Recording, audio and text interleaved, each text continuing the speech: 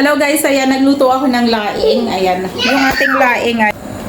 Ayan, kalalagay ko lang ng gata kasi pinakuluan ko muna siya. So, wala tayong ibang lahok kung hindi hipon. Hipon lang yung nilagay ko. So, yan lang yung ating lahok. Siyempre, nagsaing na din ako. Wala lang tayong sili kasi hindi na ako masyadong mahilig sa sili or hindi naman ako nabili talaga ng sili. At tapos guys, nagluto ako ng dilis. So, ito yung ating dilis. So, no head, yeah. Wala daw ulo yung isda.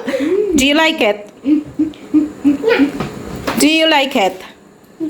Okay. Itong aking mga bata ay sa Batang Briton, guys, di ba? So, ito yung totally, dapat ito yung pagkain nilang dalawa. Ito nga, magluluto ako ng laing. Yun yung pananghalian ko. At lutuan ko sila ng fish finger at chips. Ayan, hindi pa nga nakapajama pa siya. Nakapajama bottom din ako, pareha si Lorenza. So, ito nga, lalabas kami. Tapos, ito na. Yung dalawa kong bata, nagkanya-kanya na silang kuha. Saan ka pa naman? Hello, do you like your fish? Yeah. Is it crunchy? Yeah. So, dito guys, yung gawa ko dito sa dilis.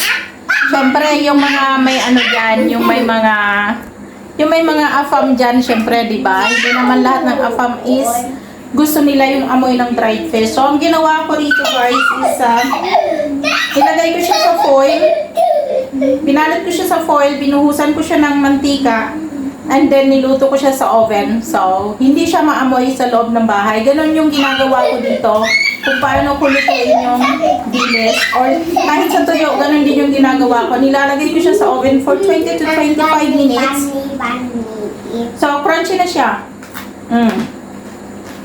Super crunchy. Ang sarap. Hindi ko hahabulin ng kapitbahay sa amoy. At hindi magreklamo si afam sa amoy. Ganito lang yung ginagawa ko. Ilalagay ko sa reels. Ilagay ko sa reels yung kung paano ko siya ginawa. Kanina, nilabas ko siya sa oven, hindi ko siya crunchy. So, niluto ko siya mga 25 minutes. So, yun na nga. Tapos, inaantay ko na lang yung laing ko. Para makakain na din ako. So, itong dalawa ko nga, di ba? Off light. You want me to off the light? Okay. Itong dalawa ko, nagustuhan na nila itong dilis. Ganun lang yung ginagawa ko sa pagluluto ng dilis o ng dried fish. Para walang amoy. He was prito. Siyempre pag pinirito mo siya, sumisingaw siya. So, masingaw talaga siya sa loob ng bahay. As in, napakatagal niyang mawala. Kapag magprito ka ng isda dito, sobrang tagal niyang mawala. So, hindi naman lahat ng afam is gusto yung amoy ng isda o gusto yung amoy ng dried fish. So, ito na yung aking laing. Tadang! Malapit na. Pwede ko naman siyang lagyan ng sili or ng iba pang lahok. Siyempre, kasi wala akong inilabas na karne. Meron naman akong karne na pwedeng ilahok dito. Kaya lang, yung hipon kasi mas mabilis siyang i-defrost kumpara sa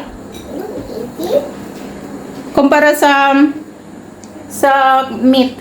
So, ayan. Siyempre, nag-i-enjoy na yung mga bata. Light off. Ayaw niya ng ilaw dito. Thank you guys. Ayan, we're enjoying our dry fish.